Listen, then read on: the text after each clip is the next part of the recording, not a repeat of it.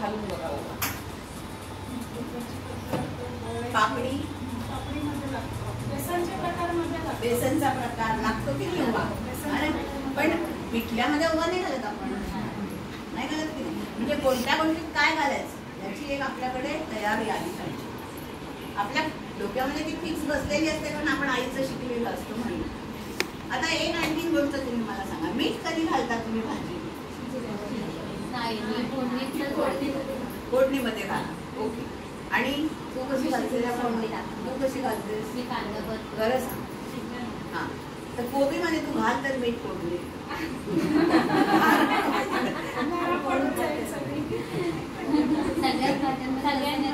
हा, म्हणजे हे पण आपल्याला सगळी टेक्निक आपल्याला येते पण आपल्याला सांगता येत नाही. हो की नाही. आता तुम्ही मेथीची भाजी केली त्यात आधी नाही मीठ घालून ती एवढी शिवळ आलं, मीठाचा अंदाज चुकणार. बरोबर ना. म्हणजे ह्या सगळ्या गोष्टी आपल्याला नीटपणे ज्याला जमतात त्याचा बिझनेस चांगला. ठीक आहे. आणि ह्याच्यामध्ये चाळढकट केली की बिझनेस बसणार.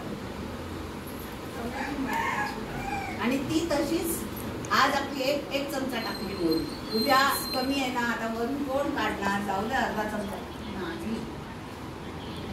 जो माप जे माप जसं जेव्हा करायचं तसं सगळं. आज खाल्लेली चटणी 10 वर्षांनी तशीच लागली पाहिजे. म्हणून दत्तचा वडापाव आपल्याला आवडतो ना, हो की नाही.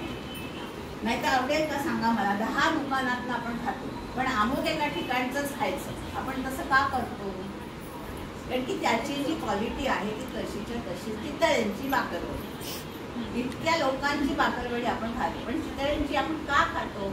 इतके वर्षानुवर्ष खाल्ली तरी त्यांची चव अजिबात बदललेली नाही. क्वालिटी मेंटेन राहिली पाहिजे. त्याच्यासाठी आशाताई मंगेशकर म्हणजे भोसले यांनी सांगितलं, त्यांना रेस्टॉरंटची त्यांची चेन आहे त्याच्यात त्यांनी सांगितलं